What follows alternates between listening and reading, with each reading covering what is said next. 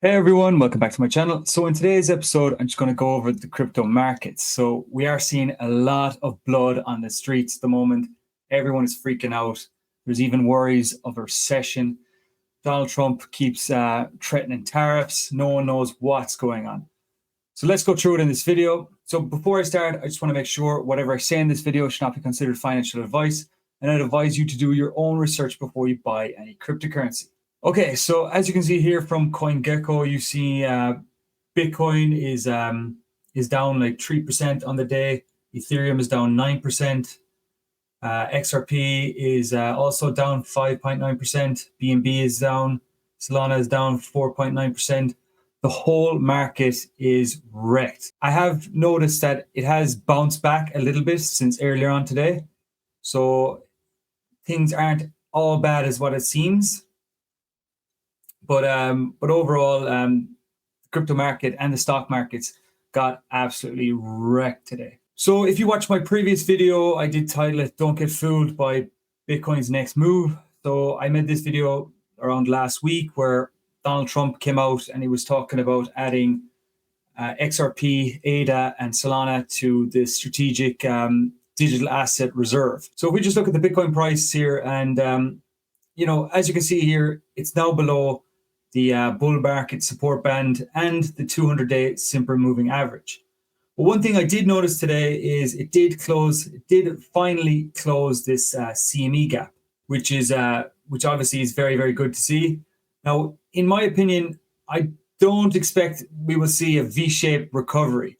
Now, the only way that would play out is if Donald Trump comes out and just completely scraps the tariffs, and then we will see a lot of bullish price action in the immediate to short term. But in my opinion, like I stated in the last video I made, I do believe that we're going to see a lot more chop, and we'll probably go into like a more of accumulation for another few more weeks. And I've been stating about the CME gap back since December. I was expecting this to happen. So obviously it's nice for it to close out the CME gap. Now, not to say that this is the complete bottom for Bitcoin. I do believe we may see some more downside in the immediate to short term, just while because we're having so much pressure with the tariffs and with the stock market completely selling off. So if you're new to my channel, my name is Mike, and I would kindly ask you to hit the like and hit the subscribe button. It was a great and free way to support the channel. Okay, so let's just move on. I did also notice that the Bitcoin dominance has been moving back up a little bit. So it did put in this high today. Like the highest it has put in of the cycle was like 64%. So it looks like it's tracking back to the upside again. So this is obviously taking liquidity out of the altcoins. Now, like I said in my previous video, the Bitcoin dominance, it looks like it's going to track back up to this trend line. So I would not be surprised if we do see Bitcoin hit maybe as close as like 70%. Ben Cowan brought this chart to my attention. This is basically the total tree minus by USDT and then divided by Bitcoin. So this chart here is giving you a really good representation of the altcoin market. And he was asking the question of why have we not seen all season yet? Well, mainly is because of quantitative tightening. So this overlay of a chart in the yellow, so this yellow line represents assets on the Federal Reserve balance sheet. So once this line ticks upwards, that's when the Federal Reserve stops quantitative tightening. So Ben Cowan made the argument that, so he's saying that the chart will come down and touch this trend line. So if that does happen, we will see more pain, like I said, in the altcoins. But eventually, we will see that the Fed will stop quantitative tightening, and obviously this will relieve some pressure for the altcoin market. So I did see this today that Michael Saylor from MicroStrategy is raising another $21 billion to buy more Bitcoin. So maybe he's coming to save the day, and hopefully we will get a reversal very, very soon. So I also seen today that Coinbase to launch 24/7 Bitcoin and Ethereum futures trading in the United States. So this was a long time coming, and this is obviously very, very bullish for Coinbase.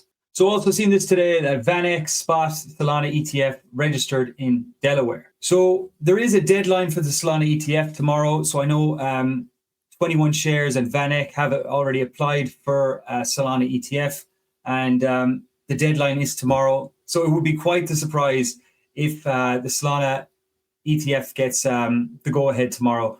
But rumor has it that it's going to get delayed. But we will eventually this year see a Solana ETF, in my opinion. And when that does happen, that's going to bring in lots of liquidity into the altcoin space. So also the SEC is going to stop requiring crypto companies to register as trading systems.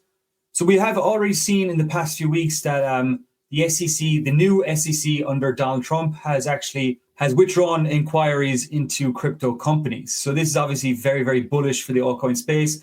But obviously, bullish news is not really reacting, as we are seeing such the quite sell-off in the stock market. So also seeing this today, Coinbase to hire 1,000 US workers, saying President Trump's breathing life back into the crypto industry. So this is obviously very, very good that he's hiring more workers. But obviously in the long term, crypto is definitely growing in the United States. So as I was saying earlier, there was over 1.75 trillion was wiped out of the US stock market today. People are even worried now that we might even fall into a recession. So we did see Tesla down 15.4% today. He said, Elon says Tesla will be fine in the long term. I also seen this, I had to laugh.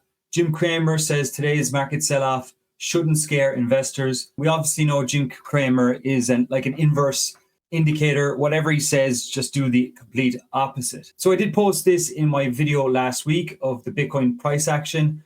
And I do have this Wyckoff accumulation schematic here right beside the Bitcoin price. So in my opinion, I would not be surprised if we do chop sideways for the next few weeks while the US sorts out this trade war with all the tariff, that's what's going on. So just to keep this in mind, that we may see price action come down even lower. The lowest target I would have would be the previous all-time high in the past bull market, which was about 69K. Now, not saying that it's definitely going to go there, but just be prepared if it does. And it's very common for price action, especially when there's a lot of uncertainty in the market. Like, it's very rare that we see just a V-shaped recovery, like I was saying earlier. But for price action to come back down, form a range here just below 100K, chop sideways. Especially, we know like a lot of people pay taxes in March, and they will be like selling some of their cryptos to pay their taxes and whatnot. Also, I've seen the USDT dominance has been breaking out to the upside, but a little bit of hopium there. It's starting to reach this trend line. So maybe over the next day or two, we might see a reversal in the USDT dominance. That might bring a little bit of money into the altcoins. So if that's the case, then if you're sitting in altcoins that you're not happy with, maybe we might see a bounce this week. Especially we have some up and coming data, which I'll go through in the end of this video.